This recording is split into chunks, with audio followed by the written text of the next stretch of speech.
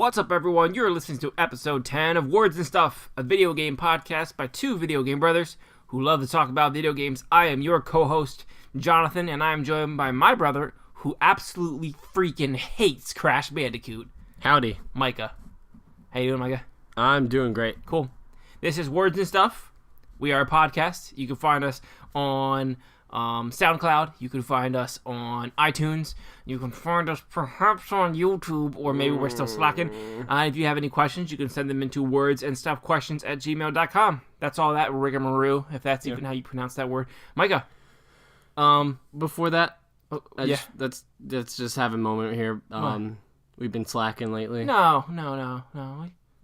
We haven't been slacking. Yeah, we have. Yeah. This has been a couple weeks off, and it's all Micah's fault. Well, I don't know about 90%.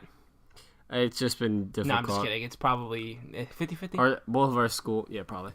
I'm 75, you're 25. So, yeah. Lately, yes. You've been pushing it off. School and life. Mainly school. Life. We got a crap ton of college and fun, random not fun college crap. Yeah. So, yeah. So we're trying to get better. And apologizing for that. Yeah, and we should get back into the schedule of things. We will. We're just kind of off lately because of all that stuff. But yeah, good call on mentioning that. Better than This ever. is the part where I always ask, what have you been playing lately? But you're going to mention a lot of the stuff, and you'll have like a lot of talking in a moment.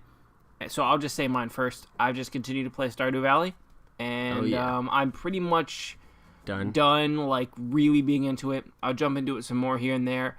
I'm not sure if I'm going to get all the achievements and I usually try to do that for a game I love, but some of the stuff I'm a little ways away.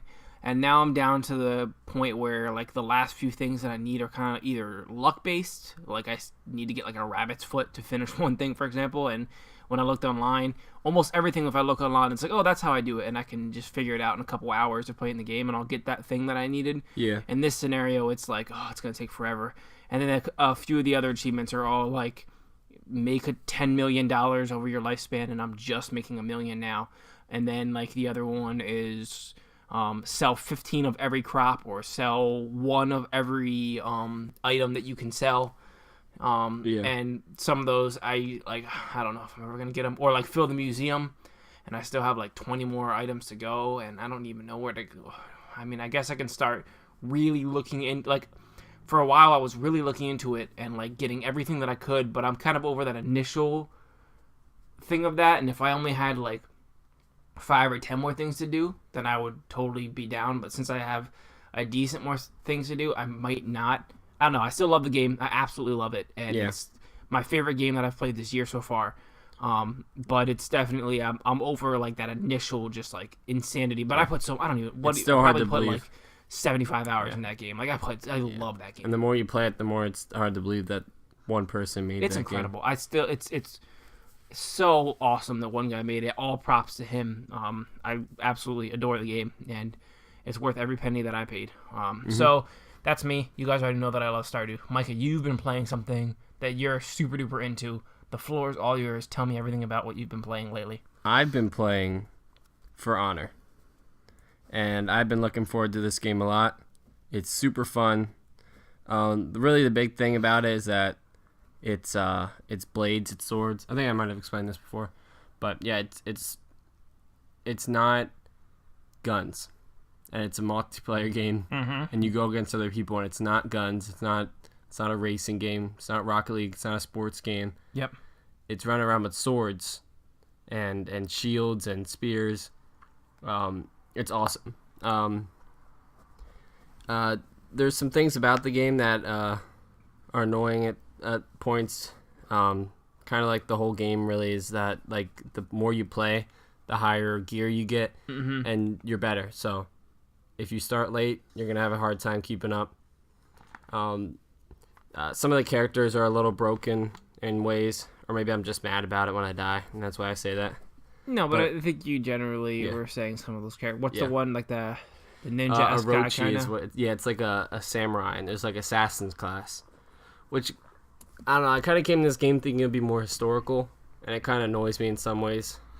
I guess, like, by that you mean like that everybody would fight and use the weaponry that makes sense, but really for the most part it does, but then there's a couple that assassin class is like they're kind of running around with daggers, and it's like, all right, dude, this samurai has a sword that is literally bigger than his whole body. Yeah. And that's how big those swords were for samurais. You're not able to run in there. How are you supposed to somehow get around this sword and then like stab me a bunch with little daggers? Like, it's not happening. Like, it's just not happening. Like, you know, you can sneak up on somebody and assassinate them with the dagger, but not in the middle of an all-out war where you're charging towards each other. Them daggers ain't doing nothing. No. So that's the type of thing you're talking about. Yeah, that, and just like, it doesn't make any sense to me. Yeah, that, and they do like bleed damage, which is really annoying. Yeah, because I didn't really come in the game like researching it. So when I like looked at all the different characters, and I'm like, okay, here's your big heavy guys. Here's your like in the middle type of guys. Here's like the main hero guys. And then I saw that, and I'm like, of course you have to throw in the super speedy characters. Yeah, yep. I'm like, here we go. Everyone's gonna be playing as them. They're gonna be really annoying, and and that's exactly every match is like. And explain bleed damage. This is something that's kind of strange to me. Go ahead and explain it. Yeah, it's almost like a poison thing where only I think it might just be like 2 or maybe all the assassins have bleed damage, and they hit you, and then you have like an extra I guess your health is red, and it slowly goes down in that spot. So really, it's just instead of hurting you completely, it just kind of hurts you slowly over that. But it makes it maybe. But it's stupid because, like, yeah, totally. You stab me. I do have, you know, I am bleeding. That is gonna hurt, and eventually I'll bleed out and die. That's very realistic. Oh, but you sliced me with your giant sword, or with your like axe, or with your mace. That doesn't do. No, that doesn't do bleed damage. I'm fine. I'm not gonna bleed out from that. Like, you just chopped my arm off, but I'm not gonna bleed out from that. Like, that's just silly and dumb. Yeah. So that's like. If they were going to have this bleed damage thing where you can bleed out from getting hit, then it should have been with all the weapons across the board, except for a few of them have like a club, right? Where like technically there's not like a blade on it. So, you know, maybe if you wanted to say that one that of them didn't have bleed damage or whatever. I believe it's just one character. Okay, yeah. But like in general, everything's a knife or a blade or whatever. So those, you know, if I get hit with that, I'm bleeding, and then I'm going to die from bleeding out. That's how it works. Yeah. Not just daggers. It makes no sense. Yeah. But yeah, overall the game's really fun. It taps into my like fantasy mind of that, just like swords and stuff. I think it's really cool. Yeah, it's super fun. I've been playing as like the warden for the most part, which is like just a knight. Also played as like the samurai at first, but I accidentally clicked on the knight, and then I was like, oh crap, now I have to play as him. And then I was like doing really good. And I was like, hey, maybe I found my guy. So, yeah. Cool. But you're having a lot of fun with it. Yeah, I've been playing with buddies a lot. One of them actually yesterday was like, you're not that good, Micah. And I was like, oh, okay. So we dueled, and I destroyed him like 3 times in a row. Nice.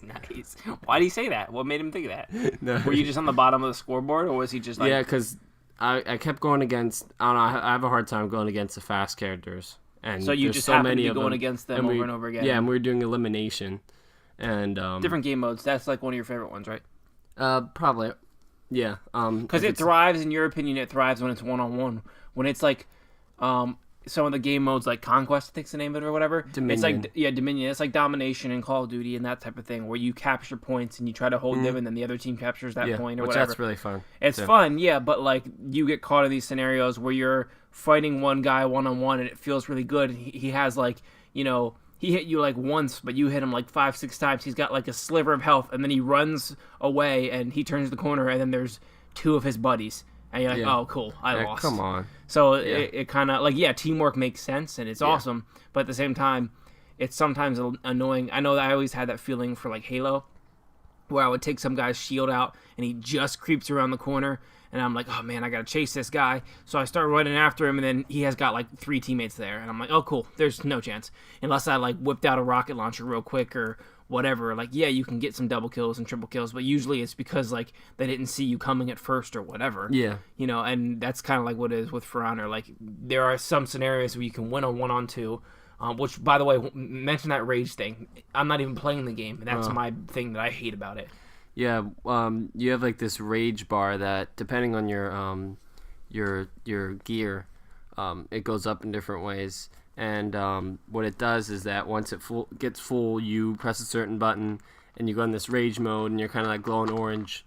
makes people fall down that are near you, enemies, and get an extra bar of health. You might be a little stronger too. I'm not sure, but that's stat wise too. Mm-hmm. And basically, it's almost like it actually balances. It makes it easier if you're going against two, so that's nice. 2 people. Yeah, it helps you for like a 2v1 scenario, but it really annoys the people who are 2v1ing you. It's like, come on now, what do you like? Because you can get somebody down to like no health, pretty much, right? Like they're like a sliver of health left, and then they can go into that rage mode thing, whatever it's called. And then all of a sudden they have like 2 health bars pretty much, right? I know, and they'll activate this maybe like 3 times while you're fighting too. Like that's ridiculous. You should only get it 1 time per life. Yeah, there's these shield characters in this game that literally when they shield, they block every direction possible. Mm-hmm. So they're like just these tanks. And when they get that, like literally it'll be like 3 or 4 of us, and he's the last guy alive, and it takes us like a minute, solid minute to kill him. Even though we're all hitting him because he's shielding all of us.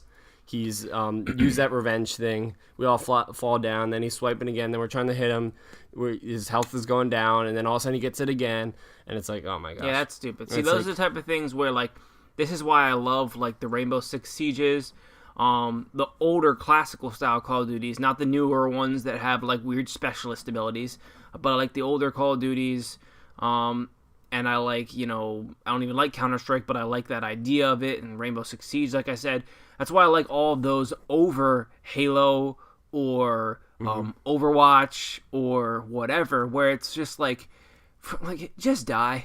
Like, I've shot you 30 times. I've sliced you with this sword 30 times. Like, just die. Yeah. And it's, like, so annoying where it's like, oop, they got a health pack thing, or like they popped into that rage mode. Remember Halo Reach? He punches the ground and he turns into like a statue, and you can't hit him for 5 seconds. And then when he pops out of the statue, it zaps away all of your health, and then he one-shots you, and you already hit him 13,000 times. Like that type of stuff. I'm freaking like, just give me That's why, even though I haven't played For Honor, I really like what it's doing, and I hope it does really well, and I'm glad you're enjoying it a lot. Mm-hmm. But those aspects of it just almost ruined the game to me. I remember we talked about this before with, like, Evolve, where, like, when I first saw Evolve, I was like, this looks so cool. But to me, what I thought and hoped the game would be is, like, if that monster sees you and swipes you once or twice, you're dead. You know what I mean? And if you guys all shoot the monster all at once, it takes, like, 20 seconds of bullets and he's dead. That would be awesome to me. But instead, it's like, you have, like, these 15-minute battles, and, like, the monster punches you 14 times, and you're like, oh, I'm cool. And somebody walks up to you, and, like, I hate reviving. Get reviving out of video games. It's like, I don't understand how I can get sliced with a sword, or, like, just bashed by, like, some Godzilla monster in Evolve, or, like, shot 14,000 times in whatever game, in, like, some shooter, right? Yeah. And then somebody comes up to me and pats me down like they're freaking, like, making sure I'm not a terrorist at a airport. They just, like, pat me down a couple times.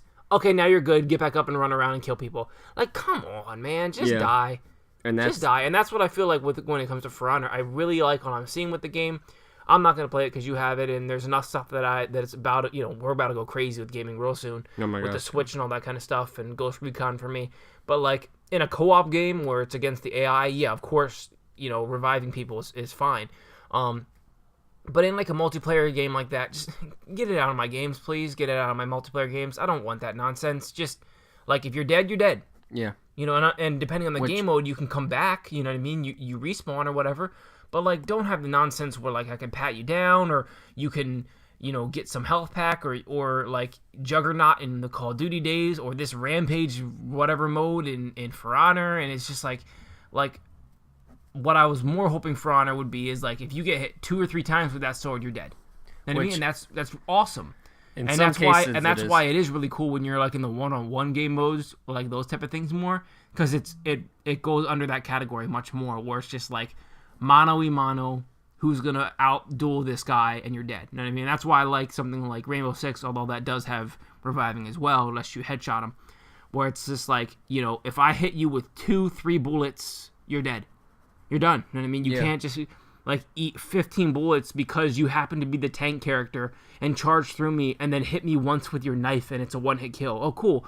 A knife is a one-hit kill even though I shot you 77 times with this gun. You know what I mean? Yeah. That's, like, a huge pet peeve with me. I'm always the bigger fan of, like, the quick death games where like it's really based on skill, and it's like if you outsmart the person and outduel the person, then you win. Not, I had the character in this scenario where I can eat 15 bullets and I'm fine, or I can be triple teamed and jump into rampage mode and then just kill people. And it is real quick actually in some cases.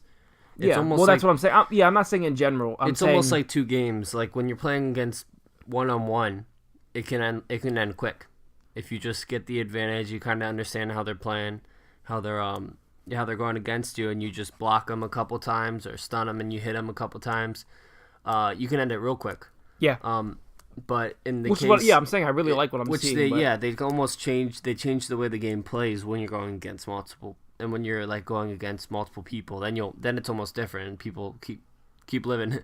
Which is why you're liking more those one-on-one game modes or that elimination one or whatever, where it's like... Well, I actually really enjoy going against a lot of people too, though. But it's just a different feel then, that's what you're saying. Yeah, and the way it works is actually there's execution. All this crunching in the background is me getting a Reese's cup, big cup with Reese's Pieces inside. It's the greatest thing that was ever created. A Reese's cup with Reese's Pieces on the inside. It's that person's rich. I hope it's. I think God just decided to be like literally. I'm just gonna write this on a piece of paper. Somebody probably just saw, it's like literally the Bible. Like somebody just saw this on a piece of paper and they're like, oh, I don't know where this came from, but God was literally like, the world needs this because it's the best thing. And now I'm gonna shut up and eat it. Go ahead and talk. There's these things called the way reviving is very obnoxious in this game. But it's clever at the same time because the way it works is that if you get a heavy attack on and you kill them with that heavy attack, you have the chance to execute them, which it goes into like a little different animations of executions. You can pick them for different characters and stuff. And they look cool. Yeah, for the most part, they're pretty cool. And what they can't be brought back. If you just kill them with a small, I guess it's either a large. What would you say? A heavy hit, I guess. Would you say a heavy hit or a quick hit? If you do a quick hit, then they're down and they could be revived. And but what I noticed, and I think it's kind of dumb. I'll go back to Rainbow Six Siege. You can revive people in Rainbow Six Siege, and that is something that annoys me. However, if you down the guy, he can't shoot you or anything. He's just kind of laying there.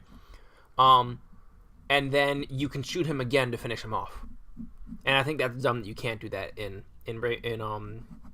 For Honor. If you knock that guy down without doing your whole what's it? Not assassination. What's it called? Execution.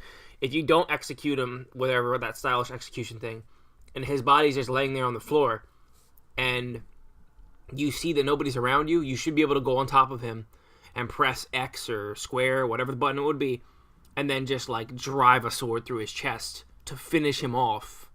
You know what I mean? Mm-hmm. And then that's another form of execution or whatever. Yeah.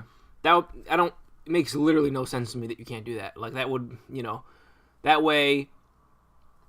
Yeah, it's to me it's kind of stupid that you can't do that. It makes no sense because there's a body laying on the ground who's 90% dead. You're gonna just let him sit there? No, you're gonna finish him off. Maybe it would be better if you could just do that, and then it might take a second. So yeah, that way you wouldn't do it if there are people around you. You would have to take down those other guys first, and if they happen to take you down and then revive their buddy, then it actually is similar to that too. It basically is that actually if you think about it, because you can click execution and you try to pull off the execution and someone can hit you and take you out of it. Yeah, but not when they're already. But when they're already down, you can't. So yeah, your point still stands in that way. Yeah. It adds strategy too at that same time though, where you have to kind of guard that spot. If you didn't kill him, and make sure no one comes to revive it. But it takes away strategy at the same time because gear actually changes your revive speed. Okay. So you're I don't know, that guy can't revive him in time, but literally they'll do it a split second. You're what the frick? Because they have their revive speed up really high, and it's come on. Because what they'll do is that there's no honor. It's they made this game where it's we won't block people off in the one game mode where it's 1-on-1 because you can play 1-on-1 again with friends. You can play 1-on-1. There's a big map and multiple people will be put down facing one guy within the same map. But the funny thing is that in your battle, Micah, you could be fighting somebody for like 30 seconds, 40 seconds, like 2 minutes. It's just like this epic battle. Yep. And somebody else killed their guy real fast, and then they can come over and kill you. Yeah. So it's kind of funny. But what we try to do, me and my friends, we kill our guy hopefully, and then we go over to where that other guy is, and we just where he's fighting our other friend or something like that, and we just let them finish the battle. We kind of stand around it. Do you remember the scene in Star Wars Episode 1 where Qui-Gon dies? Spoiler alert. I don't know who that is. Qui-Gon Jinn. Obi-Wan's mentor. The one who found Anakin. Oh yeah, Darth Maul kills him. Yeah. Remember how he's like stuck behind that force field, and he just like sits pretzel style, and just waits. It's kind of like that. You're on the other side of the force, except that force field doesn't exist. But that's what you guys do. Yeah, like you're kind of just sitting behind that force field and waiting until Darth Maul kills Qui-Gon, and then you're like freaking revenge time. Yeah, and then we go in and attack if he loses. But it like. Most people don't do that. They either they'll run away right in the beginning. You're like, what the frick? So it just becomes like a cluster fight where everyone's fighting each other. Whoa. Yeah, I said fight. Yeah, I know. My eyes were like, whoa, cluster fight. Okay. Yeah. And it's like ridiculous. Or people actually fight each other. So it's kind of it's kind of cool because the game designers might have just been like, let's see if people actually will have honor or not. Yeah, that's we're not gonna force them to have honor. I think I like that freedom for that game. I think it's cool. Yeah. But there's items too, so they'll run away and get some shield, and now they have double. That's dumb. Items are dumb. Come on.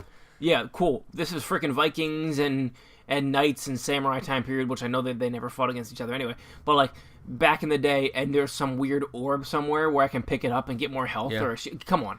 Yeah, you see the game at first. On, guys. Sometimes I just like I like video games that feel like video games, and then sometimes I like video games that don't. Yeah, you see the game, you watch the trailer, you're like, well, this is history. This is like all these awesome wars and stuff. And you play the game and you realize it's a game. And it's a game.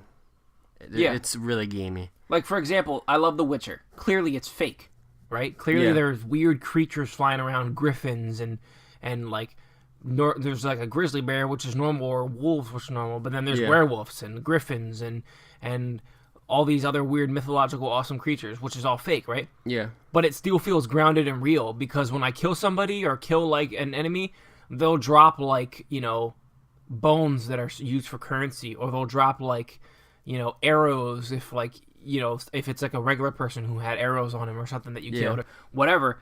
There's not weird green orbs that fall down that goes roop, roop, roop, roop when you pick them up and like you got health back, you know what I mean? Yeah. So even though it's clearly in a fake, fantastical universe, it feels grounded and real, and that's awesome. Meanwhile, I don't care that, like, in Mario, you hit a block and, like, a mushroom comes out of it, and you know what I mean? Yeah. Because that's a video game that feels like a video game. Sometimes I like video games that are really grounded, like The Last of Us or something like that. And in For Honor, I was hoping it would be slightly more grounded. And I guess maybe that kind of really clears up my big pet peeve in that way that I'm talking about. Mm-hmm. Like, Evolve is so not grounded. You know what I mean? And I just wish that it was more grounded. No. Which is funny. Evolve actually happens to be the Xbox Live Games with Gold for March. Yeah. So, people can have fun with that game, but I wish it was more grounded. And in this circumstance with For Honor, I think it looks really cool. I'm love that you're enjoying it. Yeah. But I wish there were some aspects that were just a little bit more grounded and less video gamey. Yes. And I guess that's also the number one reason why I went from loving the Call of Duty series to just, enjoying it. Because in Call of Duty 4, it was grounded. And now in Advanced Warfare and Infinite Warfare, you're wall running and you're a mech that's like turning into some crazy machine gun thing. And you're glitching and turning invisible and appearing where you were 5 seconds ago. Yeah. And like, freaking, come on, man. Like, just give me a gun and let me shoot people. You know what I mean? Like, and then whoever has the best aim wins. Whoever had the best tactics and outflanked somebody or was quick on their feet enough to use that route to avoid people there and flank them from the side or whatever, you know what I mean? And whoever just outshot somebody and out-aimed, they're the winner. Not the guy who was saving his glitch, so when he started getting shot from behind, he disappears and reappears behind me and then shoots me in the back. Yeah. And like, cool. Yeah. That's fun. That feels rewarding. Thanks. You know what I mean? Yeah. So overall, though, I'm just glad I have a game like this where I'm not running around shooting a gun, but I'm swinging a sword. Yeah, I mean, it's so cool. Way this cooler game than exists. me. So yeah, it's so much cooler, and it's kind of like, geez, why don't we have more stuff? It's like kind of this? like what Smash Bros is for you for a fighting game. Right? It is. Where it's like, this is a fighting game that I enjoy. That's different. That's not just a health bar in this really small little arena where you can barely move left or right, and you just punch people until they die. It's like, now here's like an actual more thoughtful thing, and it is, and I like how it is. Or like what Splatoon is for a shooter too, in that way. And it is more like grounded in ways where I'm not playing some game where it's like, well, here's some random hip hop guy and he's shooting beats at me, and here's the other guy has a bow and arrow and he's like, I know exactly what you're talking about. Yeah, it's like, no, these are just samurais and Vikings. It's cool. And knights. Yeah, here's a big guy that looks like a pig, who's fighting a guy who's like a samurai, who's fighting the Grim Reaper, who's fighting a guy on rollerblades, who's fighting an angel that's flying around. Yeah. Like, very creative. Come on, man. Yeah, very creative, guys. You guys. And I know that people enjoy like Overwatch and those type of games, and you enjoyed it. You had a lot of fun out of it. Yeah, and I, just messing around with it, I was like, this is cool. Yeah. But at the same time, I thoroughly enjoy like a game like Rainbow Six Siege, which also had different characters with different abilities, and they all had, and some of them maybe weren't as good as others or whatever. But like, one guy is like a trapper who can set down like a claymore type thing, or if you step on it, it's like a bear trap. And then another character has an ability to use a heartbeat sensor to see somebody through a wall, or somebody else, all those different things. So it still had people having different abilities, but it's grounded and real and not, like you said, like somebody with rollerblades fighting somebody else who's an angel flying through the air, somebody else who's a weird, like, what the heck is Bastion anyway? Some robot thing who can turn into a tank and go... Yeah, exactly. Freaking, come on. Yeah, and it has feelings. Whatever. Yeah, it's like, oh, he's the friendliest one of all. Hey, Mike, are you ready for speedrun? Yeah. Yeah, speedrun time. If you guys didn't know, speedrun is the part of the show. Well, we really talked long about that. But when a brand new game comes out, that's kind of also a big part of our... Let's just hope that it's not one of the speedrun topics. What, For Honor? Yeah. No, it's not. Speedrun is a part of the show where we have some news topics that are interesting to us, but we condense them to 3-minute timers for each topic so that we can zip right through as much info as we can. And then we have to make sure that we shut up within that 3-minute span. There are 1, 2, 3, 4, 5, only 6 this time. And part of the reason is because I'm going to have no Nintendo speedrun topics, which is insane. But that's because we're so close to the Switch, so our main topic time is going to be Nintendo-y related. So we'll get to that later. Mm-hmm. But for speedrun for now, let me spart my first timer. Spart it. Activision admits Call of Duty to space. Shut up. Call of Duty to space was a bad idea, and they're taking Call of Duty back to its roots. So Call of Duty Advanced Warfare, or Infinite Warfare, was still the highest selling game of the year of everything, but it did not do well as well as they wanted.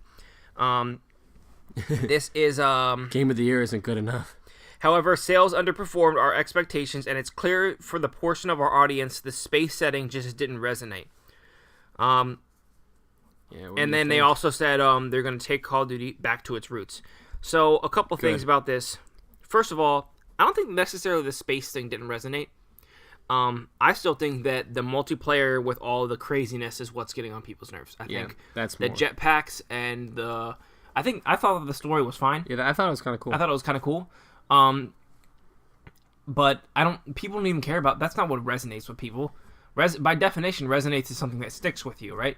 You know, what sticks with you? Multiplayer. That's, and the multiplayer just wasn't replayable and fun because it's just more of this weird specialist abilities, people running around, wall running and jetpacking and turning into like some robot thing, and you're just like, what is even happening right now?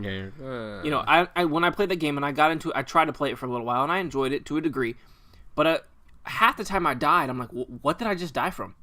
Like, I didn't even know. I would just like look around because I would just randomly explode or whatever, and I'm like, what happened? And then I look at the kill feed and I'm like, okay, I guess that guy got me with that thing. Sounds like Destiny. Yeah, don't get me started. Messed up my brain. I'm sorry. Messed up my brain. I think I'm probably running out of time anyway. Almost. Let me see. Oh no, I stuck in a minute. But the other thing is like they're saying that Call of Duty is going back to its roots. Like, come on, guys, you started making this game 2 years ago. The next one. So either they had already planned to have this next one back to its roots, or like the next Call of Duty is going to be quote unquote back to its roots. Yeah. Because this one is going to be done in 6 months or whatever. Like they can't change anything now based on Infinite Warfare not performing the way they wanted. Yeah. But in general, I would love if it was. I would love to go back to World War II. That'd be awesome. Or back to true modern warfare, where it's like, you know, still based in today. Mainly not because space isn't interesting, because it is, but mainly because of I don't want to mess around with future tech that just messes with the gameplay. This just goes along with our discussion before. I'd like Call of Duty to be grounded again, and just to be what gun was better in that scenario. You had LMG inside of this small corridor, and I had SMG, so I turned the corner and I was able to kill you. Meanwhile, I ran out into the open with my SMG, and you had the LMG, and you killed me because that's a better gun for that situation. You know what I mean? That's what I'm saying. We just went over it, but yeah, I just want to note that that's what people really liked about it, is that you knew what all the guns were. They were real guns. Yeah. You knew which one were more effective in different areas. This got a lot of people like I don't know. I don't want to say like let's just say hunters. I don't know. Just people like rednecks. Am I allowed? Is that? I don't know. Yeah, just like those type of people that might not be interested in video games as much. That play it because they're like they know these guns are real guns. Oh yeah, that's and they shoot these guns. They like the these guns in Call of Duty aren't even guns anymore. You're just like, you got killed with the Evo Tech 79. Like, okay, yeah, I shouldn't say redneck or anything. Just say gun enthusiast. There you go. People NRA people. Yeah, people who like are interested in guns and they know these guns deal. Instead of just throwing in these random guns. That's not Call of Duty. No, this isn't Halo where you can like throw in a fake gun. This is like the real thing. Okay, they want to be arena fighter. That's what they want to be. Screw arena fighters. Yeah. Next topic.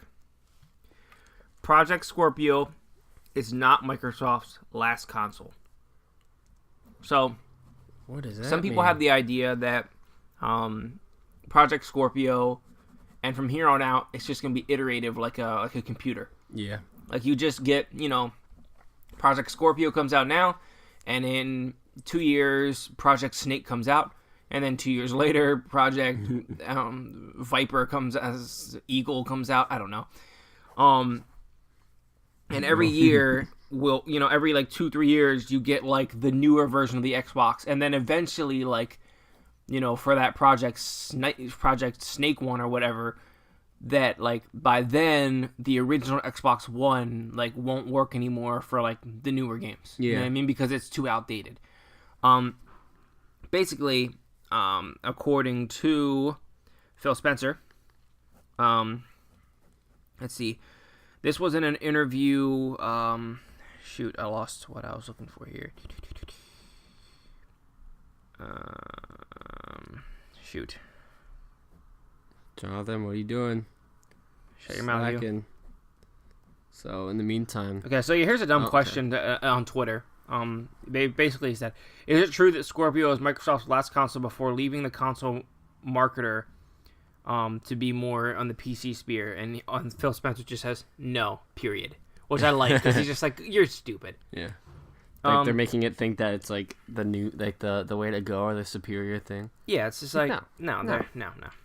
So that's all there is for that. I just want to make sure that people understood, like, we're going to get the next Xbox, which would be Xbox 2 or Xbox 720 or whatever the flim flam they want to call it. Yeah. But like, the same way that we're going to get PS5, this Project Scorpio is just the version of it's Xbox version of the PS Pro, but even more beefed up. It's going to be pretty impressive, but it's not going to be, it's not going to be from here on out that we're just getting iterations. We're going to get the next legit Xbox, and that's good because the excitement. Look at the excitement around the Switch. People get excited when there's a legit new console. It's fun. Yeah. Yeah. Okay. Next topic. This is a really cool one. I'm glad for Xbox for this, and I'm glad for I forget the name of the developer all of a sudden, but whatever. The Forza franchise has reached $1 billion in sales. That's pretty awesome. Basically, we have Forza 1, 2, 3, 4, and 5, and we have Forza Horizon 1, 2, and 3. So between 8 games, they have now reached the $1 billion mark in sales. So golf clap for Forza. That's awesome. I never played any of the motorsport games, the core Forza Motorsport, because I'm just not a big fan of sim racers. The only sim type game that I ever played was Dirt, but that's because it wasn't just a sim. It was also drifting around in the dirt in the middle of these crazy, it's a real thing. It's still based on like people that actually drift race, or not drift race, drag race. Not draggy. Dragon. What the heck's the word?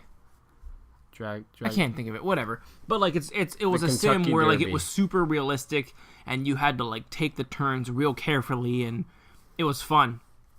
But in general, I'm not the biggest fan of just like total sims where it's 100% based in like reality. Here I'm talking about wanting something grounded. Yeah. But in a racing game, it's not as fun to me just to be on a track on just driving around in circles or whatever. You know what I mean? But in the circumstances of the Horizon series, I love it because it has a grounded, realistic feel. Yet it's in these open, gorgeous worlds where you can just drive around. The sense that like Forza Horizon 2 gave me when I first played it, that was the first Horizon game, where I'm just flying down these roads, beautiful game with this awesome soundtrack playing while I'm driving 150 miles an hour, either on a highway or some back road or in the middle of like some field where I'm just jumping up and down in like the car. It was a great game, and I'm glad that this series is doing well. I'm glad that it for Xbox because it's a big deal for them because Halo is more and more being kind of eh. Yeah. Gears is going to be what Gears is. It's always going to be a decent franchise, but it's almost like Metroid. Yeah, I was actually just thinking. It's like, it's going to be a good series and it's going to sell well, but it's never going to be better than it is now sales-wise because it can't be. It's too gory and you know what I mean? It's never going to be better than what it is now, really. Yeah. Which is still great. It sells better than Metroid does, actually. It sells very well, but it's still not gonna get any better, you know what I mean? The games will get better or whatever, but you know what I'm saying. The franchise isn't gonna grow. But Forza is this beast as far as selling very well, and it's the best on the marketplace for a while now, which is great. Yeah. So good for them. Good for Forza. Good for what? Good for Forza. It's a shortened version of it. It's not. No one's. That's not gonna catch on. For me, it will. Okay. This is a good one, Micah. Ukulele soundtrack. It's coming to digital, CD, and vinyl. Vinyl's pretty cool. We were talking about that earlier. I think it'd be cool to have a whole bunch of vinyls for like video game soundtracks. Yeah. Gavin Price, the managing director of Playtonic, said, "It's great to be celebrating the release of a game with a separate soundtrack release. We've had the pleasure of humming these tunes all day throughout development, and we're blessed to have great composers write music for us in their renowned style." If you guys didn't know, there are 2 different main composers for this game. Actually, let me see. There might be even more than that. There's 3, I guess. There's Grant Kirkhope, whatever, David Wise, and Steve Burke. GoldenEye 007, Banjo-Kazooie, Cameo, and Viva Pinata. I don't know who did what for those other guys. I know David Wise is Donkey Kong Country and all those games, and he's awesome. Grant, the guy who made the Banjo-Kazooie music, that's the Banjo-Kazooie music sucks. It's just like weird sounding. It's just weird noises. It's goofy. It's just so goofy and strange. I guess it fit Banjo-Kazooie and it's nostalgic, so people like it. A lot of people love it, so a lot of people would hate us for saying that. Oh well. But yeah, Grant, people are thinking now that they're like, oh my gosh, having these 2 guys together, like it's such a big get for the people who made this game. And it is amazing. For ukulele, it's but like specifically they brought in these old, awesome composers, and David Wise more recently it's like getting more work again. Yeah. But it's pretty awesome that they're able to get these guys. But yeah, and I love David Wise's music, some of the best ever. So I'm super excited about this soundtrack. I don't know if I get it like physically, Yeah. but we'll see. Yeah. It is our god composer. No, David Wise is the best. Oh yeah. So if the entire thing was just him, get it. Yeah. But I don't know how good those other guys are. I think it's interesting though. It's going to be interesting to see how these songs fit together because they're literally different people making music. It's not like they're working together; they're collaborating. Yeah. I hope it doesn't. They're literally clash. just making different. Exactly. They're literally just making different songs. So hopefully it fits well. Yeah. Because I know that everything David Wise fits perfectly with his game, whatever level it is or whatever it is. It always fits perfectly with exactly like what level and what it looks like and whatever. So I don't know if it's going to end up clashing and seeming weird that like you have one level that's David Wise and the very next level is that Grant guy, and it's like, well, this is weird that they sound so drastically different, but we'll see. Yeah. Cool. Perfect. Finally, we're not on time so far. Micah. Yep. Metacritic score for Horizon Zero Dawn. Yeah. It's 88 out of 100. How do they know? Aren't you really excited about this game? Nope. No? Nope. Okay. Are you going to try this game? Nope. So basically, Horizon Zero Dawn is the big game happening right now because it's coming out in a couple days. Very soon. Zelda's going to be the next massive game. This is the game that kind of the world is talking about. So I just wanted to have a couple-minute discussion. You're not down. You're just like, I don't really want to. It never caught me in the first place. It seems kind of dumb. I don't like her dreads. I'm just not. I'm like, this story seems cool. The gameplay seems fine. I am interested in why everything's happening. And I don't want that to be spoiled. But at the same time, I'm probably never going to play the series because I'm not a Sony guy.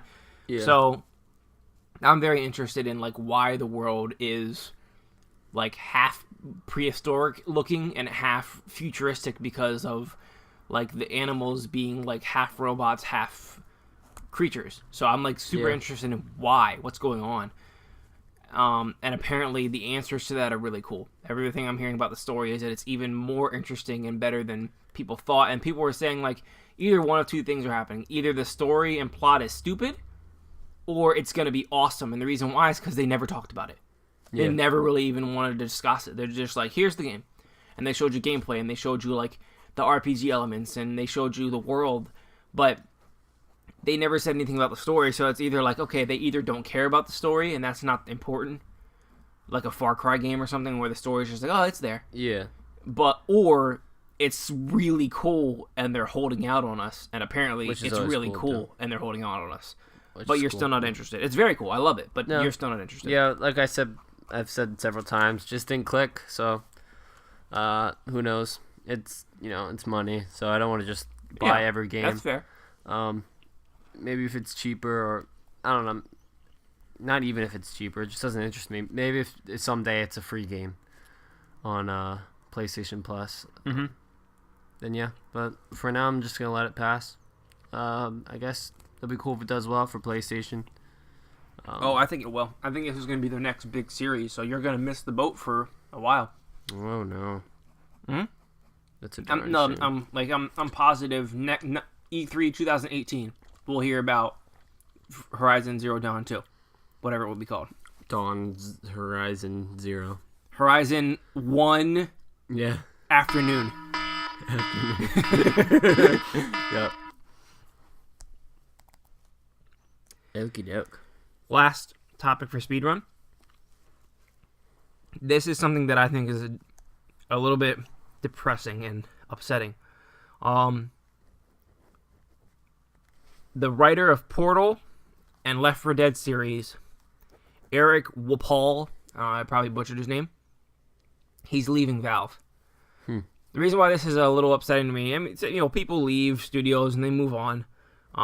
Portal has just such an awesome story. He worked on Half-Life and he worked on Portal 1 and 2, and he's going to go do bigger and better things, and that's awesome. I think he's going to... I don't know where he's going yet, but I think he's going to make some great stuff, and that's exciting, and blah, blah, blah. The thing that is upsetting, but it also makes sense, is I don't think Valve's making any more video games. Like, they're messing around with VR just like to test it out for the fun. Yeah.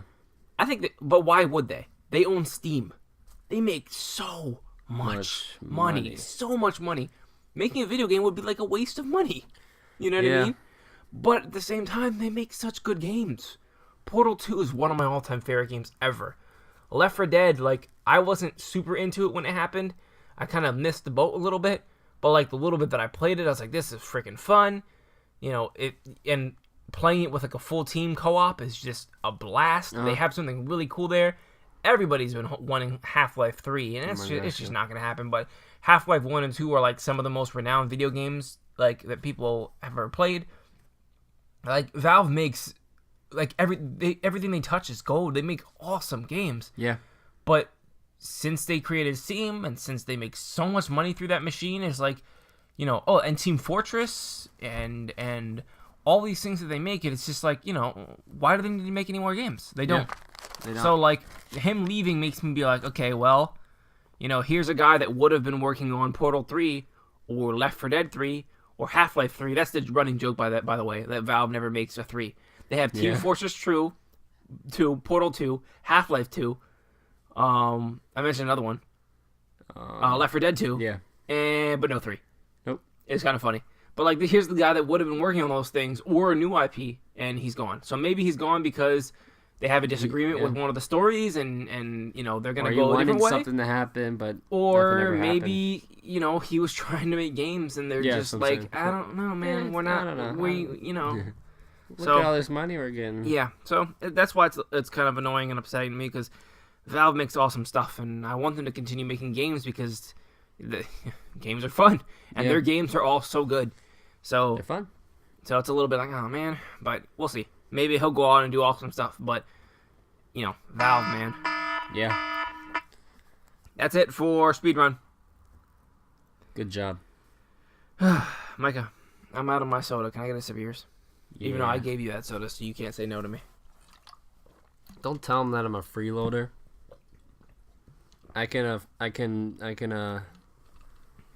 even know what the word is. I bought you some Chick-fil-A today, and I gave you my soda. Do you want to keep on telling all the free stuff that I... no, I'm just kidding. Yeah, you gave me a lot of games. You gave me so much stuff, actually. Hundreds of dollars of stuff. I probably spent like thousands of dollars on you in my lifetime. Oh, there you go. Oh, you drank the... Oh. There was like one sip left. Sorry. No, it was like a gulp. Okay, one gulp left. But you took a gulp before I did. No, I took a sip. All right. So we're at the 45-minute mark. We want a shorter show today. We're going to try to cut this off pretty short. I'm going to go through rapid fire a bunch of Nintendo news, okay? Yeah. Hit it. First thing. Agreed. What? Huh? Agreed. Yeah, I agree with that. In an interview in France on the French site melty.fr. Well, okay. Some very interesting information. Nintendo's dropping hints like crazy about the idea of GameCube Virtual Console. Yes, please. Oh, yeah. Yes, please. Oh, yeah. We got 64 games, Super Nintendo games, NES games, Game Boy games, DS games. Like, next is GameCube games. Yeah. Like, it's time. Yeah. We cannot give a concrete answer because we have nothing to announce at the moment. But there's something I can tell you. Yeah, exactly. But then this part doesn't. There's like a new Nintendo that's happening right now, and I really like it. There's a new Nintendo I really out there. like this new Nintendo right now. They've just made an unboxing video for the Switch. I mean, for Zelda, like the Zelda Special Edition, and it's freaking Enuma in the video. Amazing Enuma. Like, that's just not Nintendo's way. They're just like, here's the game, you know, whatever. But they're like, oh wait, unboxing videos are popular? Let's do an unboxing video for our own game, and let's have the creator of the last, like, 20 years of Zelda games, the only person less popular than Shigeru Miyamoto in the developing world of Nintendo. And let's have him do the unboxing. It's just awesome. Yeah, that's anyway, great. Here's the quote again. We cannot give a concrete answer because we have nothing to announce at the moment, but there's something I can tell you. We are working on some things along those lines. Like, what? The technology is open enough that in the future, other accessories will be grafted on the console. If one day we think of creating Joy-Con GameCube Edition, We think of putting in analog triggers. I can imagine a GameCube controller and Joy-Con. It might be a bit big and clunky, though, no? He's kind of like messing around, like, what do you think? But basically they're saying, like, it's happening. It will. I believe it's going to happen. Yeah. Which is, they're not saying, like, we can't tell you anything. They're saying, oh, we can't tell you anything, but we're definitely thinking about it, and we have some ideas for it. And it's like, it's going to happen, which is cool. And here's the thing right here. I was thinking of games, and I'm like, oh, okay. It's like, got Mario Kart Double Dash. Yes, please. Yes. Luigi's Mansion. Yes, please. Yeah. Sunshine. Yeah. Wind Waker. Yeah. I played that. Yeah, so many You times. just got it. On the go. But then here it is. Yeah. On the go. I'm like, Exactly. wait a sec. I've never changes played this everything. game on the go. I've never played Luigi's Mansion on the go. The original anyway. Yeah, exactly. I've never played Double Dash on the go, let alone like Sunshine. Sunshine. And then there's all these like cult classics. There's Beautiful instantly- Joe. There's Baton Katos. There's all these Resident Evil 4, which is like a bigger one. But there's a lot of like these smaller ones that the F-Zero game, the last F-Zero game we got was a GameCube game. Like there's a lot of stuff here that they could give us that would just be fun. And then think about all the those good Star Wars, the good Star Fox one, not the dinosaur one. Assault was pretty good. Yeah.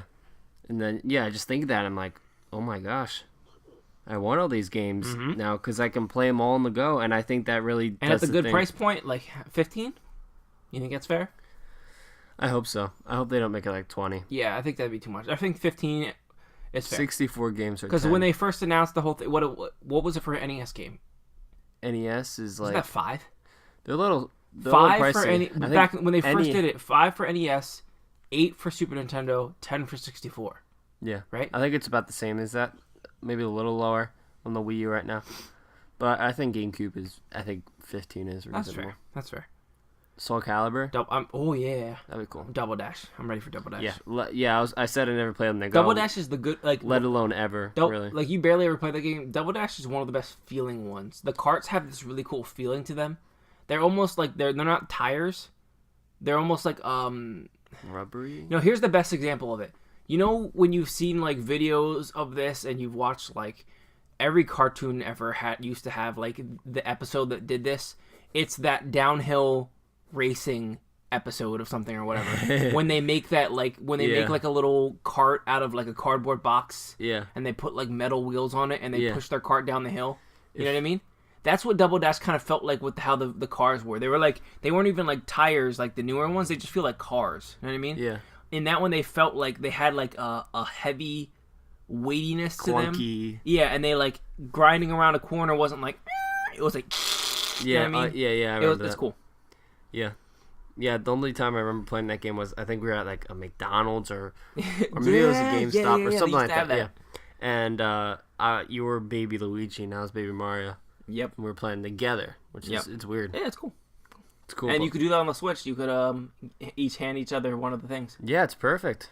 Cool. Yeah, that actually is awesome. It's a really good example. That could be like their flagship one. They'd have to come out with that in like a year though after Mario Kart 8. Yeah. So they're gonna make like strap things for the Switch to like put on like the back of like a seat, in like a car. Yeah, probably. They're gonna make every single kind of thing you could think of to make money. It's gonna be so easy with those little tiny controllers just to play simple fun games. Yeah, in the car. Yeah, little games, little fun games. You couldn't play like Monster Hunter with 2-player easily, but littler games. If you had 2 controllers, the screen's small though. Yeah, for that, yeah, 2 controllers. Yeah. I don't know. It's such a cool idea. But okay. Yeah, it is. Nintendo. This is a big one for me. These 2 things are back to back, that are similar. So Nintendo's kind of been a little bit annoying to work with for people through times. And the interesting thing is that oftentimes PlayStation 3 is a good example of a console that was so annoying to work with for people. Like the internals of it were just complex and stupid, and they cost $1 bazillion, and PlayStation itself was just like, I don't know if I want your game on my console, you know. And then the reason why is because PlayStation 2 was so freaking successful. They were on top of the world, so they can do whatever they want. And then it always seems to happen. And then basically it flip-flopped. Xbox One after Xbox 360, and because of that, Xbox 360 was very successful. That's part of the reason why, because it did the opposite. It was very easy to work with, and they were like come give us all your indies. Do whatever you want. Here's the summer of Xbox arcade. Arcade's one of the it was one of the starting ever. points for that type of thing. Yeah. And then it flip-flopped. Xbox One was kind of like, this is the one thing for your entertainment and for, and then PlayStation was just like, here, make games for us. Yeah. You only can play games online. Yeah, exactly. All these weird things that people because they just felt so confident. But Nintendo is down right now, right? So they're kind of it's their turn to be like, let's try to do everything we can to help developers, etc., etc. So here's the cool thing: Nintendo slashes its price of its development kits to only $450. That is awesome. That's only $150 more than the actual console itself costs for a consumer to go purchase it. Yeah, that's so cheap for a development kit. For example, to compare, PlayStation 3 development kit, when it first launched, was $20,000. And by the end, and the PlayStation 4 dev kits, again, this is the PlayStation 4 being like, we messed up with that one. So the PlayStation 4 ones were $2,500. That's still a big difference from $450. And then the Wii U dev kits were around the same, around $2,500. So this is significantly cheaper. It's only $450. It is the cheapest dev kit out there for the home consoles. That's awesome. Now, for a company making games, it's not that big of a deal. Like, if you want to make a game, you want to make a game. But for indies, this is huge. For indies, it's like, from the PlayStation 3, for example, $20,000. Yeah, right. But even $2,500, the difference from $2,500 to $450 is a big deal for an indie game. Yeah. You know what I mean? Especially, maybe they kickstarted their game or something, and, the idea of saying, like, we wanted $20,000 for this Kickstarter. Well, if you also wanted it on the Nintendo console, it was, okay, we need $23,000 because we need to buy that Wii U dev kit. Yeah. Well, now it's like, okay, we need $22,500. Just 500 more bucks. Yeah. You know what I mean? It's not that big of a deal.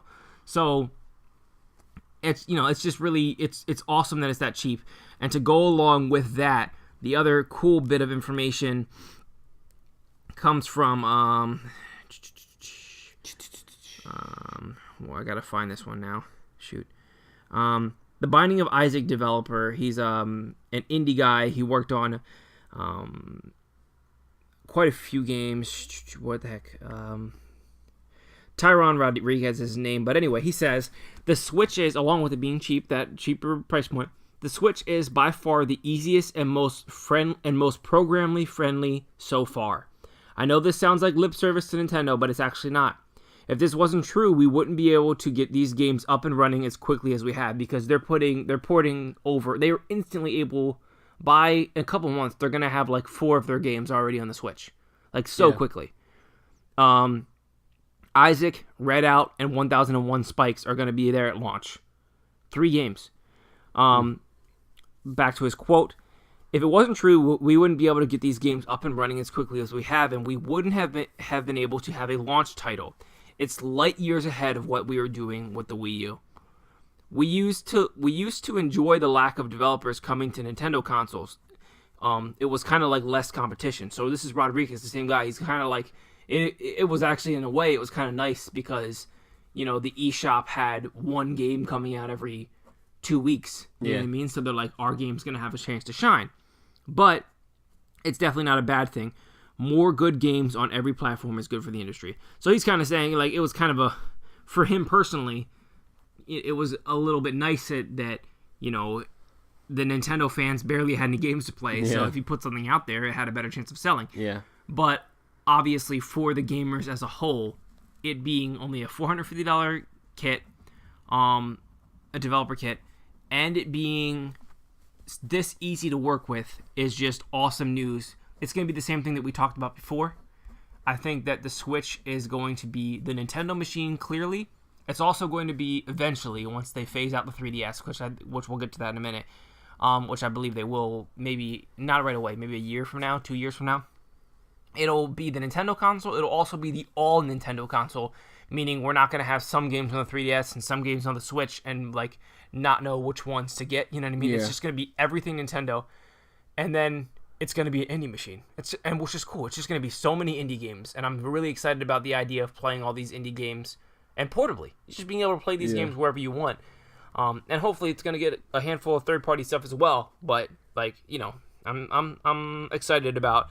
It's really good to hear that it's this easy to work with, because it's often we've had the opposite where people are just like, man, this Nintendo machine is just a pain in the butt. Yeah. And now it's like it's easy to work with, and it's a cheap dev kit.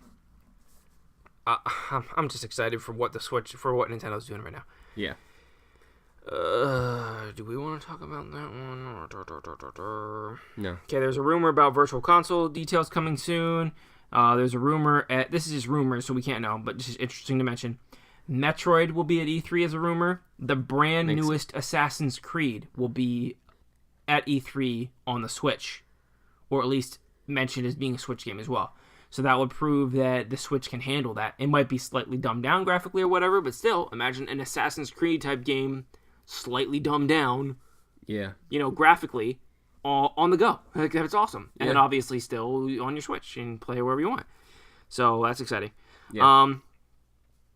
I want to give a shout out for this one. This is a not Nintendo news related. There is a bi-monthly new Nintendo Switch magazine. It's called Switch Player. It is an online magazine and it's free. I read issue 1. I read a bunch of it. It's beautiful. If you guys could just Google Switch Player magazine, Nintendo Switch Player magazine. It has a whole bunch of articles. It has previews and reviews. It feels so classic and old school. Like, there's a point where I'm like, okay, I'm getting all of my news, Nintendo, Xbox, PlayStation, etc., all of my video game news just from these video game websites and from YouTubes and from, wherever. It's really cool to just open up a magazine, even though it wasn't physical, digital. But it's really cool to look at this magazine and it's just laid out in like a magazine-y way. Just laid out the way the way that like Game Informer still is, because that still exists, but barely. The old Nintendo Power and all these cool ones where it's a really cool looking magazine. It's really laid out well. And on top of doing things that are kind of like old school and traditional, like a preview section and a review section, then they have like 3 or 4 like main features where like we're gonna really get deep into this game and interview people. And then they also, a cool aspect of it is they got to the social side of it, where they interviewed some of the kind of funny guys like Greg and Colin Moriarty and stuff like that, and Tim Geddes, and then they also talked to that one that girl that we were mentioning before, the one who made all those predictions and she was wrong on like half of them. They interviewed her and they were like kind of tough with her, but like, what do you say about people who were a little annoyed that you got a lot of things wrong? You know what I mean? Yeah. So, but it was cool. It's just like, all right, they didn't go really tough on her. Where like, but in a fair way. But I think it's cool to also throw in, because that's not something that magazines never did, and that could give this magazine a little bit more life, to have that social side of it. You know what I mean? Yeah. Where it's talking to a big portion of the video game industry now, from an entertainment side part of it, is the personalities, is the characters that you're a fan, like, even though personality wouldn't be the biggest thing, is the Game Explain guys. You're just a fan of watching their videos and consuming the information that way. You know what I mean? Yeah. So if they, I didn't even look at all this. Maybe one of the Game Explain guys, he did interview in this or whatever. And some of it was just like very small. He just asked somebody to give him like a paragraph or not even like 3 sentences. Like, why are you excited about this or whatever? But it's cool that they get those, because on that page, I instantly jumped to the kind of funny guys, because I love Greg and Colin. Like, they're my favorite people like in the universe for that aspect, for the whole entertainment video game personality side. Yeah. So somebody else's eyes may have jumped instantly to other people that, oh, there's that guy that I love from that website or whatever. So it's cool that they got that, and to me the magazine itself just looks really awesome. It's laid out beautifully. It gives me these old school vibes of flipping through those old video game magazines, and it's exciting. Yeah.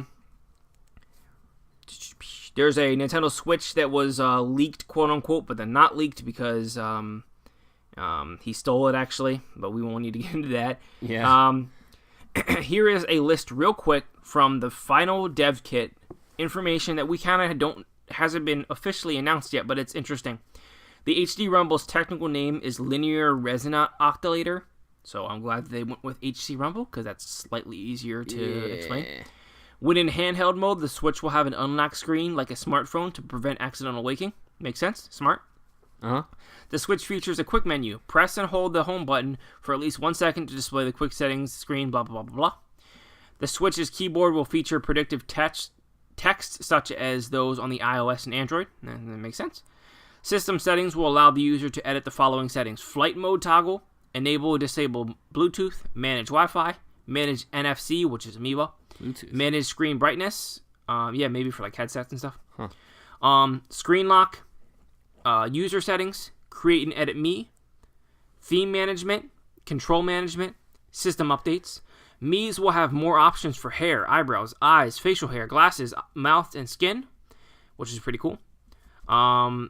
They're not going to be as prevalent, but they're going to still be used, I think, just as like a profile type thing. Developers can create and sell season passes for their game. This document confirms an X1 like SoC using Maxwell in the final retail version. There are no plans to provide an internet browser at this stage, but they can be used in-app. Eventually they're going to have an internet thing, I'm sure. A maximum of 8 users can be registered on one system, so that's good for us. We'll have 2, and that's all we need, really, but that's awesome. Friend requests, this is huge. Friend requests and game invites can be sent from the console. Thank God. Friend presence is a feature that uses the internet to convey information in real time about online status of friends and the applications they are playing. Among possibilities, we see this being used in applications to check whether friends are in joinable state, to use the friend list system features, screens to show what applications friends are playing. So you can just look in there and be like, cool, that guy's playing Mario Kart. I'll jump in and ask if he wants to play Mario Kart with me. And that's fine. For a moment, I think that the phone app is going to be used for complimentary type things. But at least we know for sure there that you can do everything in the console itself, which is perfect. Yeah. A Nintendo account can be linked to multiple Switches, but save data is not automatically synchronized. There are 2 dev kit services, blah, blah, blah, blah, blah, blah, blah, blah. Oh, game card comes, this is interesting. Game cards come in 1GB, 2GB, 4GB, 8GB, 13GB, or 13GB variations. So that's the actual game card cartridge that you play games on, you know what I mean? Yeah. So the cool thing about that, because they come in those variables, is that somebody who wants to make some, like that 1001 Spikes game or something like that, that'll be a digital-only game. But a smaller developer who wants to make a game, or even a bigger developer who makes a game that just happens to be not crazy complex, like Zelda, that's going to, be like a 20GB game or something like that, they can use the 4GB game cartridge and then save themselves money. Yeah. So that's awesome. Then either that saving might come to us. So if it's a smaller game, and this is something that doesn't really exist as much on like a Blu-ray disc or whatever, it's a Blu-ray disc. That's what it is, right? Yeah. So in this form, you can have a smaller game that is, maybe it's just a simple, fun platformer or whatever, right? Yeah. Where it's 3GB of space. So they could put it on the 4GB cartridge. And because of that, they probably just saved $12 instead of buying the 32GB one, and then they can pass that savings on to us. So that's pretty awesome if that type of thing happens. Or they make more money, and I'm honestly fine with whatever. If they want to pass the savings on to us, it'll help them maybe sell more. But if it's a great game, maybe it'll sell regardless. And I'm all for developers making money. So either the saving is going to come to us and the price tags will be slightly cheaper, which is obviously fantastic, or the developers and the people who made the game will make more money because it was cheaper to make it. And I am 100% A-okay with that. I'm going to save that one for last. Okay. We have 2 more main things. So there's a lot of positive things about the Switch coming up with all the specs and Oh yeah, we have 3 more things. I'm trying to kind of hurry, so we're not we're in a decent time frame. Yeah. Okay, Nintendo president says we are not creating a successor to the Nintendo 3DS right now. We are not creating a successor to the Nintendo, quote, we are not creating a successor to the Nintendo 3DS right now. We are, however, still thinking of portable systems. We are thinking of ways that we will be able to continue bringing portable gaming systems out. So yes, we are thinking of different ways to continue the portable gaming business. That's pretty much mumbo jumbo it's covering his bases. Yeah. He's like, if the Switch fails, right? Yeah. Then they're going to completely get out of the home market, the home console market, and they'll make the next 3DS after that, and then from here on out they would just be like a portable gaming console, right? Yeah. Or maybe the next one will have some feature where you can play it on the home screen still, but it'll clearly be like the Switch is kind of a home console that happens to be portable. Yeah. Right? If the Switch totally failed and they still want to make consoles, the next one would be a portable console that happens to also have some home features. You know what I mean? Yeah. So he's covering his bases. The good news about it is that they're saying they're not making, and they're going to tell the truth with this, because like instantly the moment like the Wii came out, they were like, yeah, we're working on the next one. And they're always announcing that because they're saying, we're continuing to look forward. So the good news is they would have told us. I honestly think so. So that's the good news. What they're covering their bases to say if the Switch were to fail, then, which I don't think it will. I think it's gonna do well. I think it'll do. Yeah, I think it'll do decent. I think it'll do. Not gangbusters. Not gonna like blow people out the water, but I think it's gonna do. It's gonna do as good enough. It's gonna do what they needed to do. I lost my train of thought. Yeah. So I think that he's covering his bases. And he's making sure that if, the Switch fails, they are still saying we can make portable consoles and stuff in the future. Yeah. And then on top of that, I will bank that off of saying the other bit of news, which is I'm trying to pop open.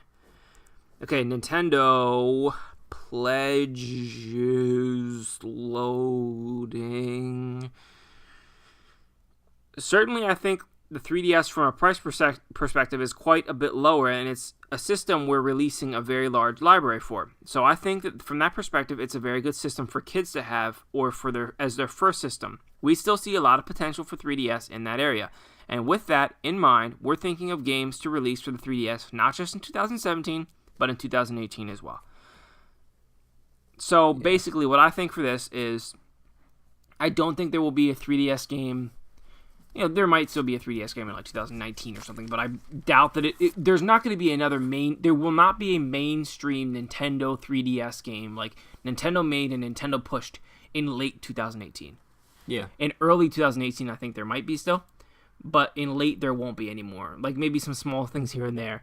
Remember like that Kirby game that came out really late on the original DS? Yeah. But I don't think there's going to be anything massive. Especially if the Switch is successful. I think they're keeping they're covering their bases to make sure that they don't say like they want to continue selling these things because why not, right? But I think by late 2018 they will have phased it out if the Switch is successful as we hope it will be, and then they'll kind of just let it die, and then go from there. Based on how well the Switch does, say this is what we're doing from now on. We're making these like hybrid consoles, and that's what we're doing moving forward. Or if it fails, then we jump back over to the portable thing and let Xbox and Sony just own the home console market. Yeah. You know what I mean? Yeah. So that's what I think it is. So you can take from that what you will. I don't think they're saying like that the 3DS is going to be like a main player. I think that the Switch is going to be the thing, and that the 3DS is just going to still be there because they still see an avenue for money from it. Yeah. You know what I mean? The same way that, like, iPod Touches still exist. Yeah. You know what I mean? Why does anybody still need an iPod Touch? Well, now they don't. But for up until, like, iPhone 5, iPod Touches were still a thing, and people still talked about it, and they still announced them. And because, like, they could have technically just let it die. We don't need iPod Touches anymore. But they were like, let's keep this going. Move. Exactly. And now, they never, like, officially said it's dead, but slowly and surely, like, they're less and less popular and they're less needed because now parents don't have a big problem with buying last year's version of the iPhone and just, putting it on Wi-Fi mode and not giving them a small amount of minutes or whatever. You know what I mean? Yeah. 2 more topics. That's it for the 3DS. That's not what I clicked. That's not what I clicked at all. I clicked this button. Uh-oh. I failed. Did you lose your stuff? Yeah. Messed up that one. Lost. Well. VR is still a possibility for the Switch. Yeah. The representative, I can't remember who it was. I feel like it was the president, but I can't remember. He was asked, can the Switch handle VR? And he kind of chuckled and said, definitely. So he's saying, technology-wise, it's strong enough to handle it. Now, I would have a little bit of concerns because in PlayStation VR, some people are like, ooh, this does not look good, and it's a little painful for some people because it is the weakest of all the VR machines. Yeah. So the Switch would be even weaker than that. But, theoretically. But perhaps, I'm trying to think. Does it even? Yeah. It would be the weakest of the bunch. But if you do the right graphical style, if you don't go for like full realistic graphics, if you do a cartoonier look, then that won't matter as much. Yeah. Basically, they're saying that the Switch is powerful enough to do it.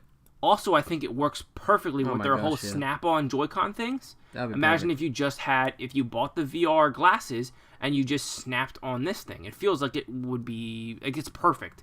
They've future-saved themselves for this possibility easily. Oh, yeah. I think that they don't want that to be a message right now. They just want to be like, this is what the Switch is. It's the home thing / the portable thing, and it's got the Joy-Cons. Those are the only messages that they want to say right now. They don't want to be like, also VR, and also this, and also that. You know what I mean? I think VR will work well for kind of like their half of their console life time to keep the console fresh. Yeah, and especially because right now VR is so like iffy, and it's new, and it's like people are kind of like baby stepping it. Yeah. In a year and a half, if that's when Nintendo was like, here's ours too, then by then it will have been a little bit more established, and then people will be a little bit more ready for it. You know what I mean? And the technology will be cheaper, so maybe they can sell a headset for $200. You know what I mean? And then your Switch already just plops right in it. So I'm excited. Also, the Joy-Cons are perfect. Like the Joy-Cons are so good to have one in each hand to like just do things. Oh my gosh, it's perfect. So it's really cool that like I don't know if they plan that or not, but it just works perfectly for the possibility that might happen. Yeah. And I think that again, this depends on the Switch's popularity. If it totally sucks, then they'll drop it. If it doesn't sell, then there's no point in putting VR on a machine that doesn't even sell. Yeah. Like the PlayStation VR didn't even hit 2 million, I think, and the PlayStation 4 has like 70 million consoles sold. Yeah. So that's a really bad number. So if the Nintendo Switch is at 15 million or 25, if the Switch was at 20 or 25 million by the time in 2 years, then sure, you can sell the VR machine and sell 1 million of them, and you'd be happy with that. Yeah. You know what I mean? So, or maybe more. Maybe by then VR is more of a thing, and you can sell 4 million. Yeah. Last bit of news. This is really exciting for us. I don't know if you've listened to this, Micah, but some people are upset about this. And I'm just like, what? Yeah. The Legend of Zelda is getting a season pass. The Legend of Zelda is getting DLC. Okay, so the dumb thing is it has like a shirt. That's just dumb. Link can have like a shirt that looks like the Switch logo. That's the dumb that's just silly. But the good thing is that it has a new dungeon. It has 2 waves. There's going to be DLC in the summer, and there's DLC in the winter. The first wave, let me just read what it is. The first wave has... The first content pack is scheduled to launch this summer, and it will include an addition of Cave of Trials Challenge, a new hard mode, and a new feature in the in-game map. And we don't know what that means yet. And the second content pack will launch in holiday 2017 and adds new challenges that will players enjoy a new dungeon and a new original story. It's amazing. So the first one's exciting. Oh, I get some Cave of Trials challenges. That's cool. I get a new hard mode, and my idea for that was that like this could be the Master Quest. Remember how like Master Quest came out afterwards? Yeah. So people are saying like, oh, why doesn't Master Quest hard mode built into the game? Why are they holding back these Cave of Trial things?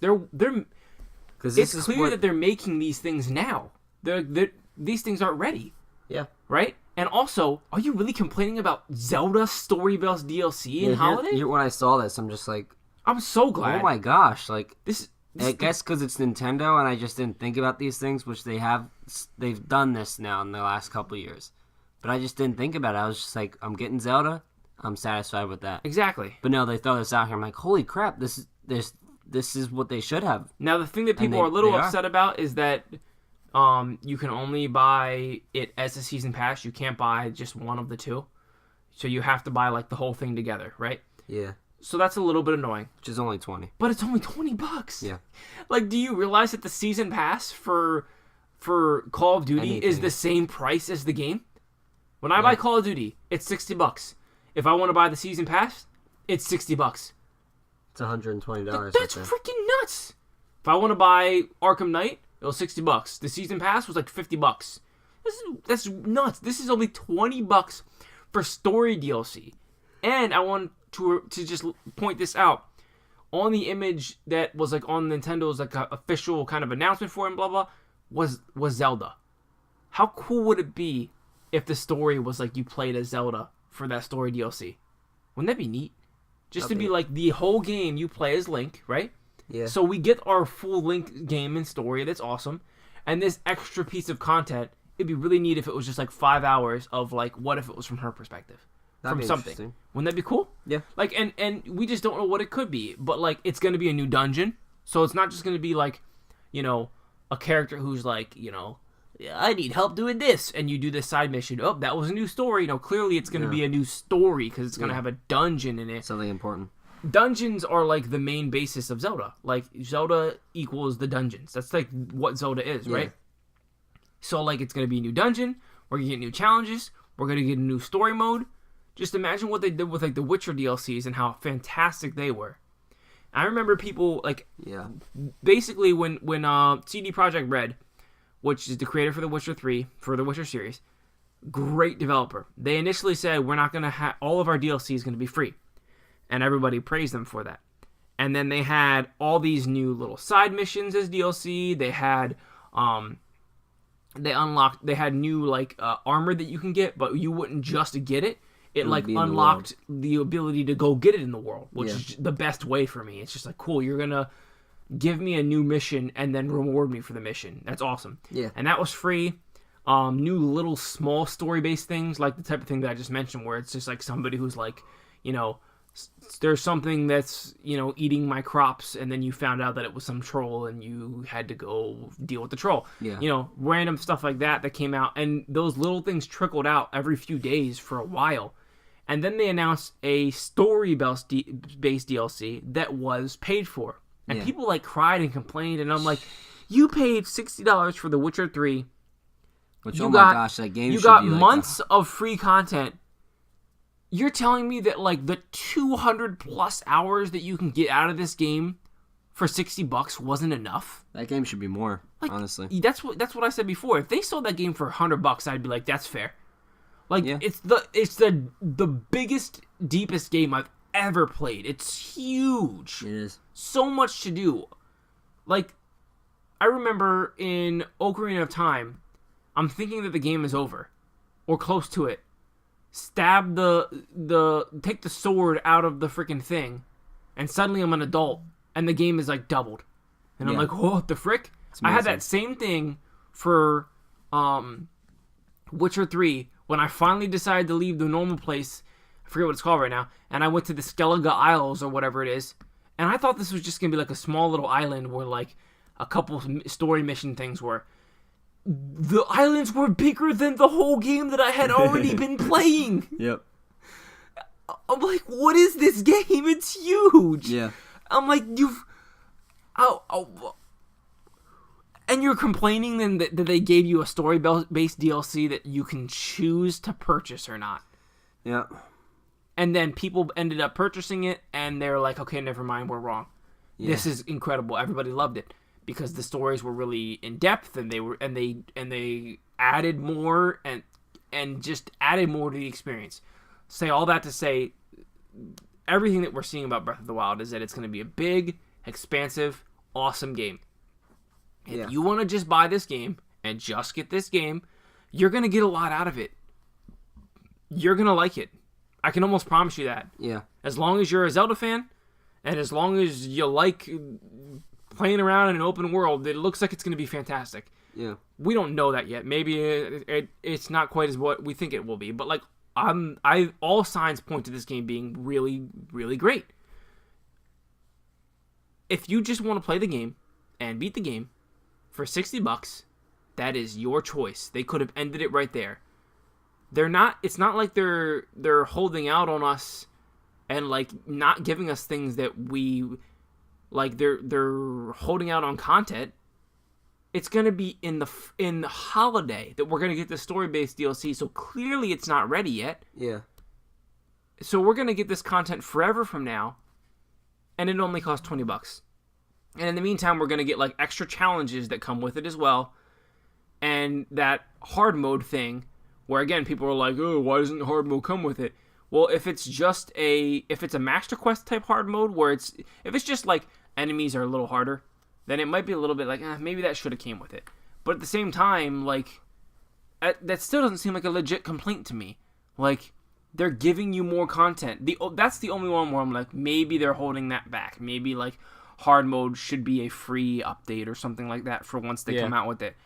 But at the same time, Master Quest and the way that some of those games were set out, some of them didn't come free. Some of them were like with the newer versions of the game when it came out in the GameCube and stuff like that. Yeah. So I just don't understand why people are complaining about this. I'm just like, you're giving me. When I started reading up things and listening to stuff where I heard that people were complaining, just like you're saying, you were shocked and like, whoa, Zelda DLC? I didn't even think about that. That was my reaction too. I was like, oh, Zelda DLC, I'm so excited. I didn't even think about that. That's like perfect. This is literally the perfect game for DLC. Yeah. At the same time, that was my exact reaction when I heard people complaining. I was like, what? People are complaining? I didn't even think about that. Yeah. Why on earth would you complain about more Zelda? Why the frick would you complain? Like, sorry that it's not free? Do you know how much money and time goes into creating a game? Like, take my money. You deserve it. You worked your butts off on this game. It's people's jobs out here, guys. They're working hard. Yeah. So, so what? They give us, you're not forced to buy the DLC. All right? Yeah. If you want it, you can get it. Costs $20. Like I said, most season passes cost like $60. It's $20. It's going to be worth it, I hope. And if you don't want it, you don't have to get it. Exactly. Your turn. Yeah, I was just saying that, like, basically, like, I think that the DLC is just really the dungeon and the story and the hard mode and that extra couple of like mini dungeons that comes with it. That's just almost like an added bonus. Yeah. The dungeon and the story are probably $20 or worth $20. Exactly. They're worth $20 of itself. Right, and they're like, hey, we'll throw in the summer. And they normally are. That too. I think that's smart that they have that. I'm gonna look up one of the DLCs for a big name game that came out recently, and I want to see what the price of it is. So keep talking. Okay. Yeah, I think that having this thing in the summer is gonna help it to get back into the game instead of maybe people even wanting to play hard mode instantly right after beating it, and they can't then, which is good because then they'll wait a little bit of time. It'll be more refreshing once they get back into it and play hard mode in the summer. And then it will also keep that helps with online stuff and people talking about the game again instead of just throwing everything out at once and then it burns out. You know what I mean? Yeah. So you'll have that. You'll have the light or the fire burning for this game in the beginning of the release, into the summer, and then into the winter instead of just summer and then winter. Yeah. Yeah. I mean, they could have just threw that out as an update, but I think it almost is that. It's just an extra bonus DLC within the $20 story mode and dungeon. Yeah. So here's a couple DLCs. The season pass for I almost said Far Cry. For Fallout was $30 initially, and then if you didn't get it past a certain date, they upped it to $50. So they wanted people because they wanted people to get the season pass early on. Which again, that's a little iffy because it's like you're forced to get it at a certain time frame if you want to lock in the better price, but at the same time, you didn't even know what the DLC was yet. Yeah, it's not fair. So that's the thing that people don't like about this $20 season pass is in a way too, because they're like, okay, what if I buy it now? And, by holiday, I find out that the DLC that you're giving me isn't what I was hoping it was. So I do understand that. But again, you're not forced to get it. You can wait. Yeah. Just wait. It's not that big of a deal. Yeah, it's not like you need to get it now. And then separately, each later. DLC was $10 if you just got the Far Cry DLC. And then for The Witcher 3, the Hearts of Stone DLC, which was the smaller of the two story-based one, was $10, and the Blood and Wine one, which was the one that everybody just loved and was a big expansion, was $20. So they're similar price points cheap to, still. and yeah, still very well priced. That's similar prices for all those things. You know, Far Cry ones were $10, but the season pass was more expensive. The smaller DLC for The Witcher 3 was $10. The bigger one was $20. Yeah. So those are prices that are very comparable. You don't have to get this thing right away. Now, I do get it, though, that the extra content that will come in the summer, if you want to get that content, you're forced to pay the full price At that time. for the later one. But also, this is Nintendo. Trust them. So, the great DLC we got from Smash Bros., fantastic. The great DLC that we got from Mario Kart 8, fantastic and totally worth it. If you enjoy The Legend of Zelda Breath of the Wild, chances are you're going to enjoy the DLC. Yeah. So play the game. If you love it, and you're like, I beat this thing, now I want more, then get the season pass, and you'll get more in the summer, and you'll get more and more in the holiday. Yep. Done. Yep. Done. Yep. Like, I don't understand why people are complaining. Why do we complain about the dumbest things? And those are the things Pisses me off. that are in the spotlight too. All the negatives. That's what you hear. Yeah, first. exactly. And it's just like that. Well, the funny thing is that it still caught me off guard that people think that this is a negative thing. But the way I found out about it was an argument that said, "Do you want all of the content for Legend of Zelda Breath of the Wild? If you do, you're gonna have to pay $80." That was literally like the, like, oh god. Like, first of all, that's not even true. If you want all the content from day one, it costs $60. Yeah. The normal price. Why are we like you're finding a way to like say something negative about it? Guess what? If I want all the content for freaking Call of Duty Black Ops 3, I needed to pay $120. It's a little more. Did anybody ever mention that? Nope. Because that's a bunch of money, and all it is 3 new map packs. Map packs are $15. That's a lot. It's not like a story-based thing. It's just a level they seems like a created lot that they tested out. for just a map. Yeah, it's like 4 new levels or something like that. Now, admittedly, the Black Ops ones, for example, were good because they would come with a zombie one as well. True. And that is usually a big story, and then the zombie maps are very expansive. Yeah. But especially in the Call of Duties that didn't have something like that, Modern Warfare 3, Modern Warfare 2, not Infinite Warfare. Yeah, then from then on they had like zombies and whatnot, or the alien mode in the one. Yeah. Ghost had alien mode. Yeah. Or is that Advanced Warfare? No, that was Ghost. Yeah, you're right. But those were all $15, even though it was just maps before then. So, if you don't like it, don't pay for it. Yeah. You know, It's quite simple. You just pay. You stop complaining. Yep.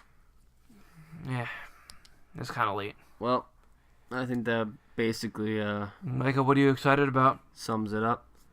Because I'm excited about the Switch. Well, we can't say that because we say that every time. I don't care. It's true, sooner though. and closer and closer and sooner every time. Really, we'll have it within our greasy. I'm also excited about Ghost Recon.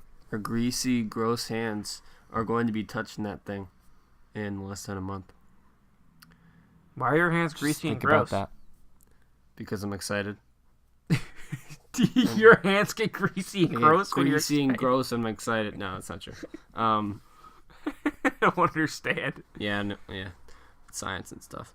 I'm excited about this week ending because Fridays are becoming nicer and nicer each week.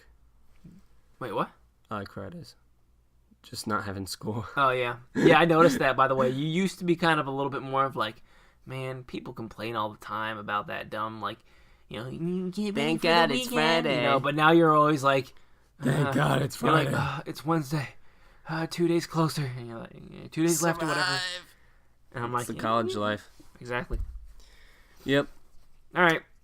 Well, Thank you guys for listening. yeah, We love you all. Micah, do you have something important to close out? Here's a If you guys send it one question, send them into WordsAndStuffQuestions WordsAndStuffQuestions at gmail.com. Yep. You can find us on Amazon. Nope. You can find us on iTunes / Apple Podcasts. You can find us on SoundCloud. We love you, and I'm tired, and For Honors are pretty cool.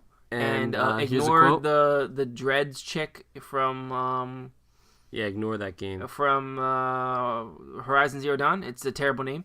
Micah just tells you not to buy it because it sucks. And also, Crash Bandicoot is the ugliest and worst mascot in history of games. Also, David Wise is the best video game composer ever. And the Switch is going to hopefully be great. I'm going to tell you a quote now. And Micah, tell us a quote. This is by John Wayne. Great man. Oh, I love John Wayne. Great. Every episode, Micah ends us with a quote. So go ahead and close this out. Great actor, great guy. Great movies he plays in. Here it is. Life is hard. It's even harder if you're stupid. That's it. Was that from a movie? Was that like a movie line, or do you not know? Was that a movie line, or was that just like literally somebody asked him in like an article, or just someone from the street asked him? I'm not sure. It just says John Wayne. Like someone could even lied about it. That's awesome. But that sounds like John Wayne. No, it totally does. What's his other one that's on like the poster? That was on a billboard where it's like, don't much like quitters, son. Yeah, don't much like quitters, son. Man, John my Wayne was other favorites. Courage is being scared to death and saddling up anyway. Yeah, that's just a good one. That's just a good one. John Wayne was awesome. Yeah, he's freaking cool. Well, remember that one too, where one of my favorite John Wayne things is from I don't remember the movie at all, but Angel and the there's Batman. there's like a little kid who's like 9 years old. Oh yeah.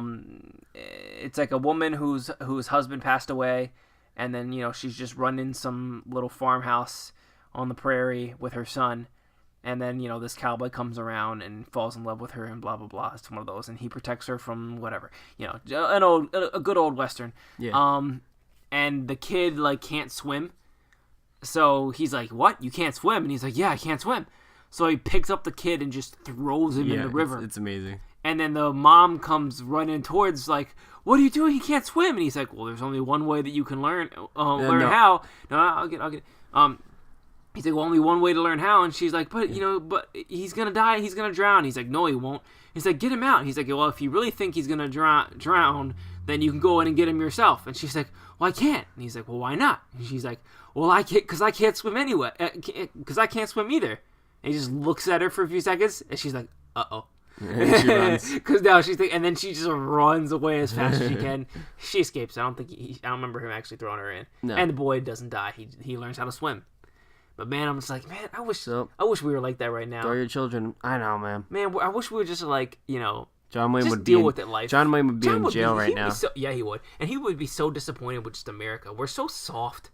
Like, please don't hurt my feelings, and like, be as like smooth and kind and sweet as be loving and be nice and be kind and be respectful, of course. But like at the same time, like if somebody does something wrong, then they did something wrong. If like it's just people aren't perfect, they're not gonna say this. And if you can't swim, instead of just sitting at the edge of the water and saying I can't swim, well then maybe maybe somebody should push you in, because in the long run you're gonna learn how to swim. Yep. And you'll be thankful for it. John Wayne, man. He's the man. So that's the lesson. Try to be John Wayne, except for the part where you. Never mind. What? No. What were you gonna say? No. Okay, see you guys. What? Have a great weekend and week. Words and stuff.